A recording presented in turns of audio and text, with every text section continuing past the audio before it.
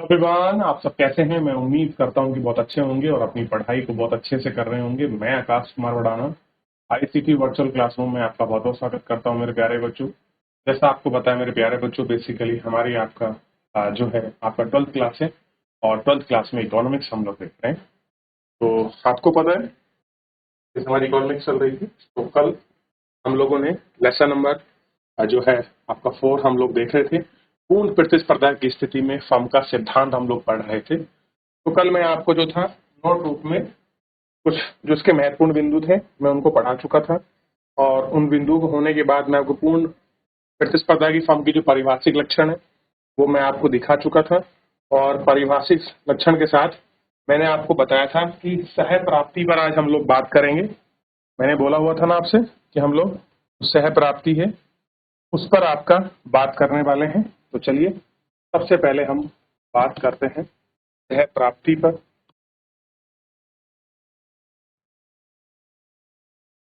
सह प्राप्ति पर हम लोग बात करेंगे, ठीक है। और यही सह प्राप्ति हम लोग गौर करके देखें।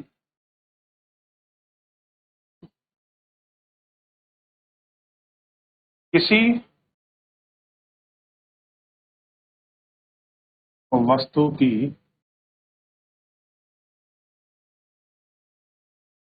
बिक्री करने से एक फर्म को करने से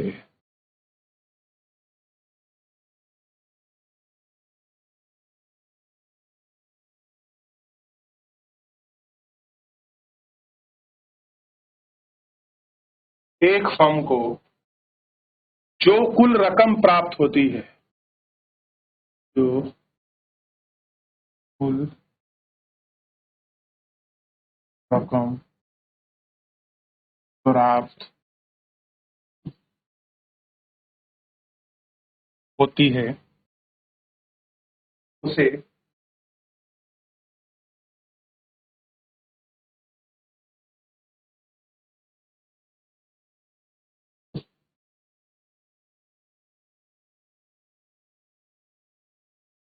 फर्म की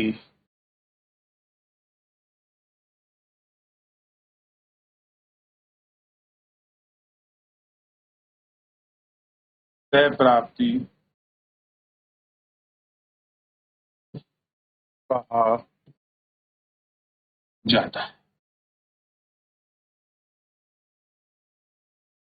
ठीक।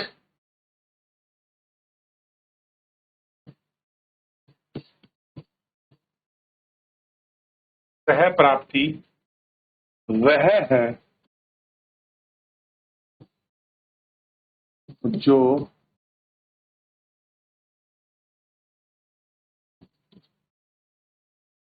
एक फर्म को बिक्री करने पर बिक्री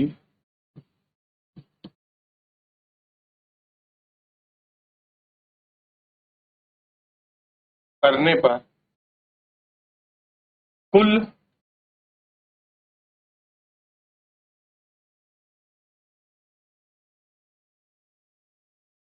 मौद्रिक प्राप्तियां होती हैं।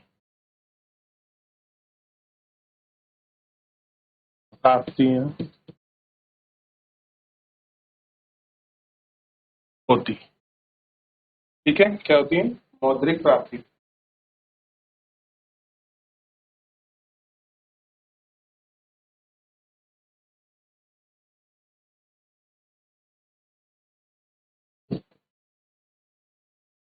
सीमांत सह प्राप्ति पर बात कर रहे हैं ना।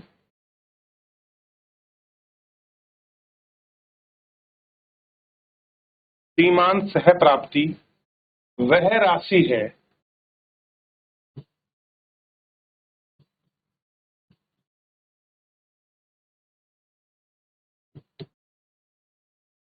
जो वस्तु की अंतिम इकाई बेचकर प्राप्त होती है। जो वस्तु की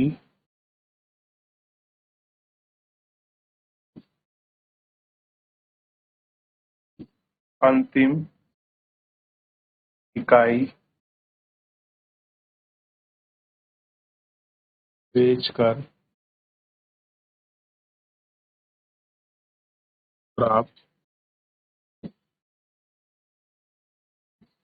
होती है, क्योंकि बेचकर अंतिम इकाई प्राप्त होती है या की जाती है।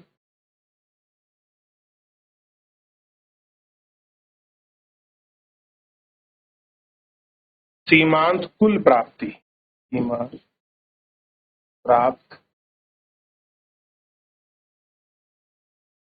कुल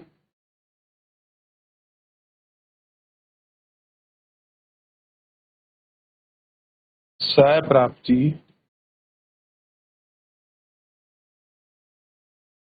वह अंतर है,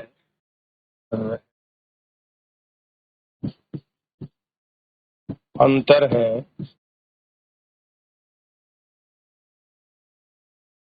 जो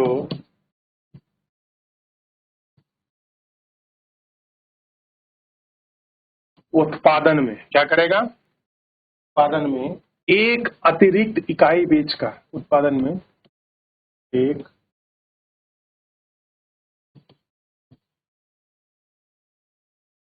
अतिरिक्त बेचकर प्राप्त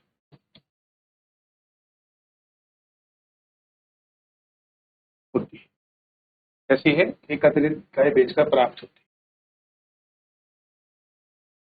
लगे हाथों औसत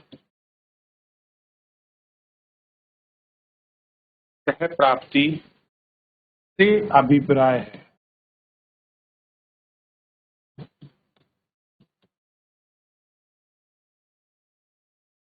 से अभिप्राय है उत्पादन की प्रति इकाई, उत्पादन की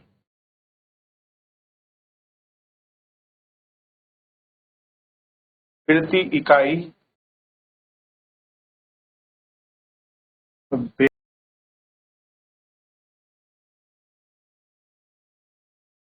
तो पता लगा सह प्राप्ति क्या है। तो किसी फर्म की बिक्री करने की एक फर्म को जो कुल रकम प्राप्त होती है उस फर्म की सह प्राप्ति कहा जाता है। सह प्राप्ति वह है जो एक फर्म के बिक्री करने पर कुल मौद्रिक मूल्य प्राप्त होता है, यानी कि जो उसको कुल पैसा मिल जाता है, जिसको हम काउंट कर लेते हैं 100 रुपए, 200 रुपए, 1000, लाख, 2 लाख।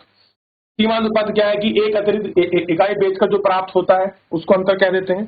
और आपको पता है उत्पादन में एक अतिरिक्त इकाई बेचकर ही क्या होता है, सीमांत यानी कि मार्जिनल प्राप्त होता है। और एवरेज का मतलब है टोटल उत्पादन प्रति इकाई बेचकर जो हमको लाभ प्राप्त होता है, उसी को हम ये कह सकते हैं। तो सह प्राप्ति की डेफिनेशन आप लिख सकते हैं। सह प्राप्ति में 3 है, सह प्राप्ति कुल को देख लिया, औसत को देख लिया और सीमांत यानी कि मार्जिनल को देख लिया।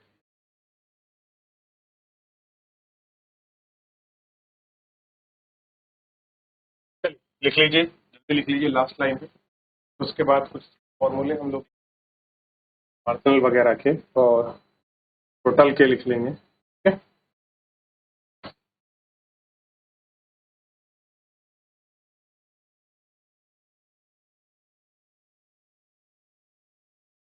चलिए,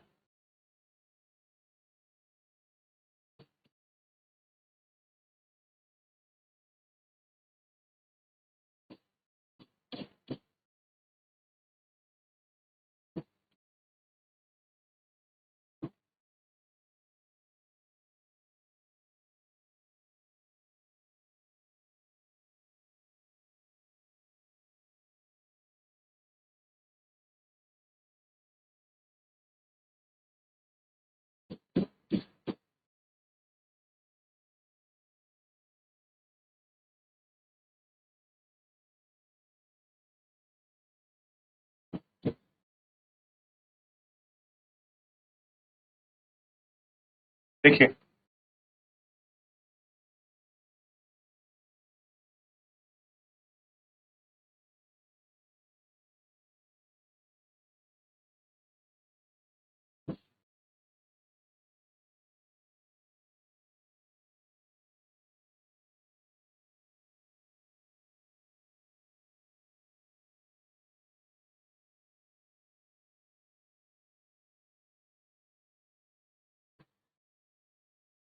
देखिए AR equal to TR upon Q।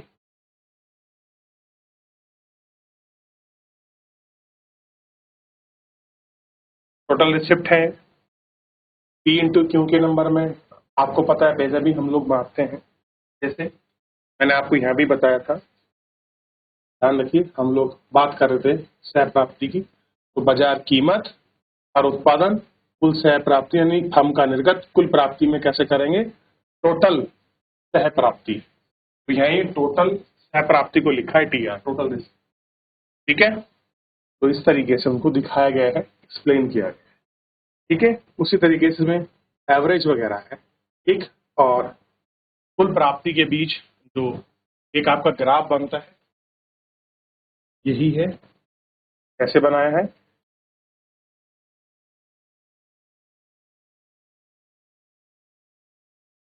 ठीक है।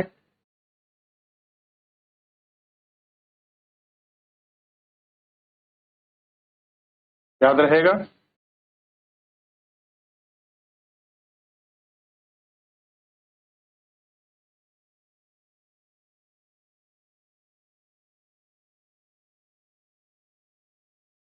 ठीक है, इतना ध्यान रखेंगे।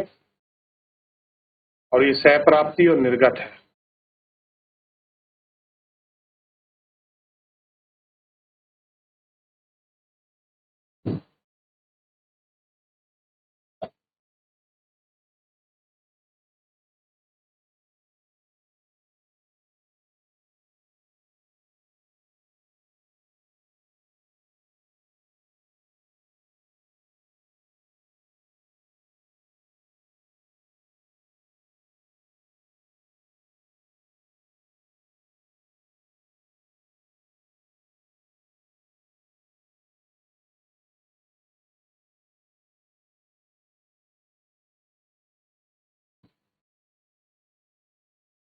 चलो,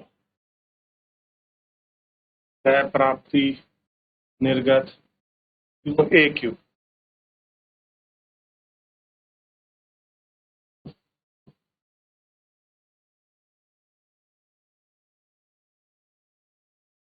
क्लियर है। चलिए, तो कॉपी करने के बाद इसको कॉपी।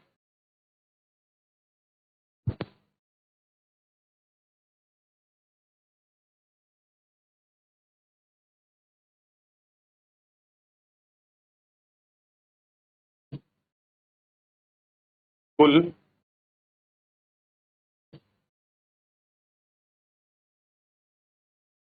सह प्राप्ति, ये देखना है ना।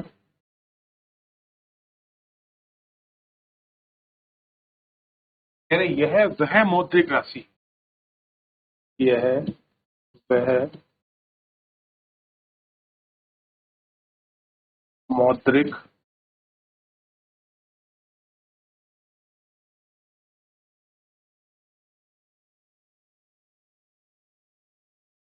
राशि है जो एक निश्चित समय अवधि में, जो एक निश्चित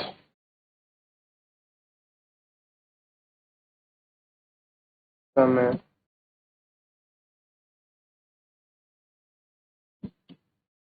अवधि में फर्म को उत्पादन की फर्म को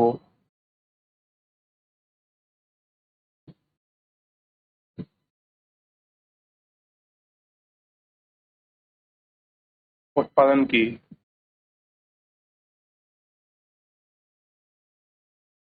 दी हुई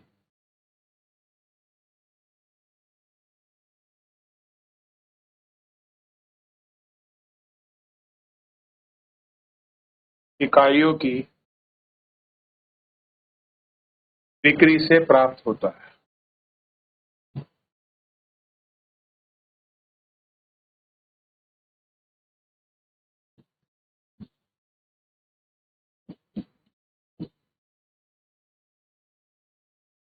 बिक्री से प्राप्त होता है।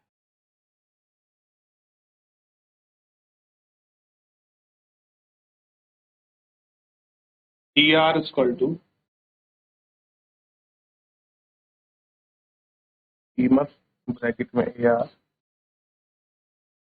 गुणा बेची गई मात्रा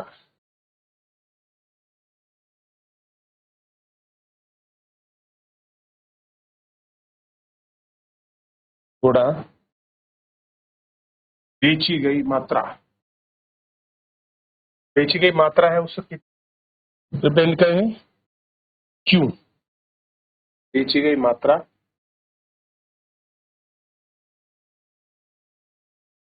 अथवा टी आर इक्वल टू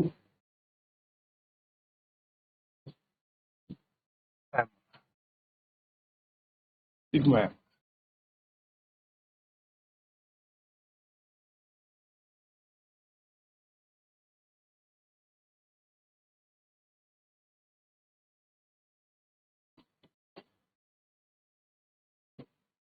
औसत सह प्राप्ति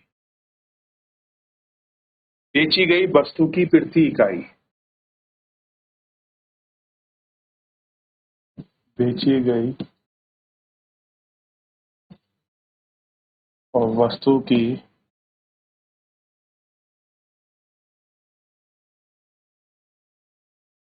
प्रति इकाई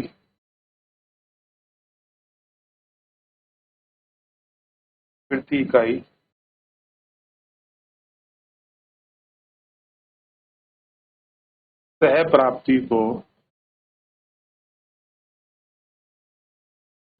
औसत सह प्राप्ति कहा जाता है।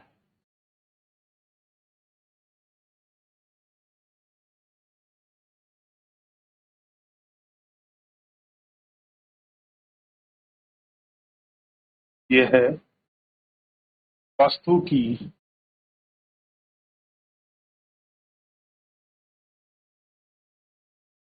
कीमत के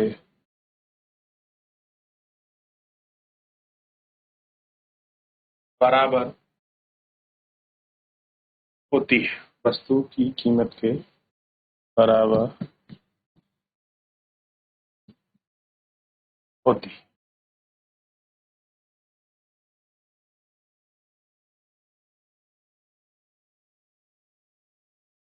ए R equal to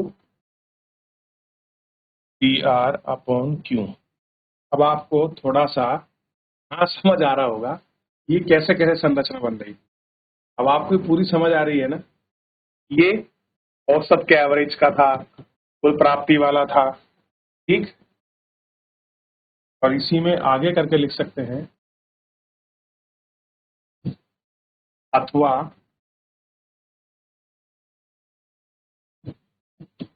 A R equal to कीमत बराबर ए आर मतलब कीमत है तो क्योंकि का साइन लगाएंगे क्योंकि E R equal to Q है, यही तो पढ़ा है आपने। और इस तरीके से भी लिख सकते हैं इसको पी इंटू क्यू की फॉर्म में भी लिख सकते हैं और अपॉन क्यू। और ये क्या होगा, ये बराबर होगा प्राइस के। प्राइस के यानी कि जो हमारी कीमत, देख लिया। तो क्या होगा, एक वस्तु की अतिरिक्त इकाई बेचने से अतिरिक्त इकाई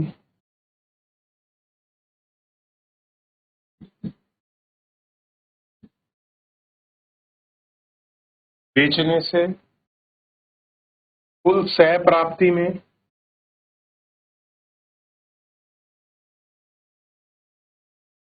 कुल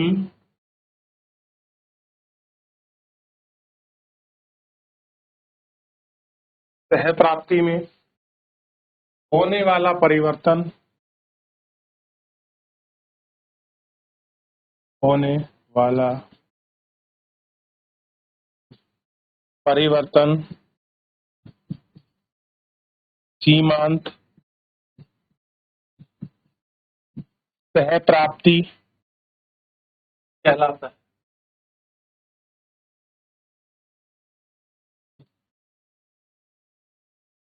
सीमांत सहप्राप्ति कहलाता है। आपको पता है सीमांत सहप्राप्ति क्या होता है?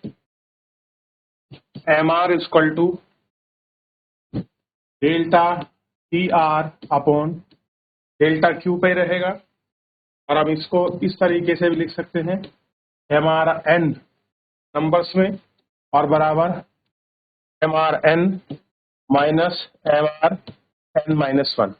तो इस तरीके से भी हम को लिख सकते हैं। तो फिलहाल बाकी से इसको हम नेक्स्ट लेक्चर में देखेंगे। इस समय समाप्त हो रहा है। फिलहाल आज के लिए इतना।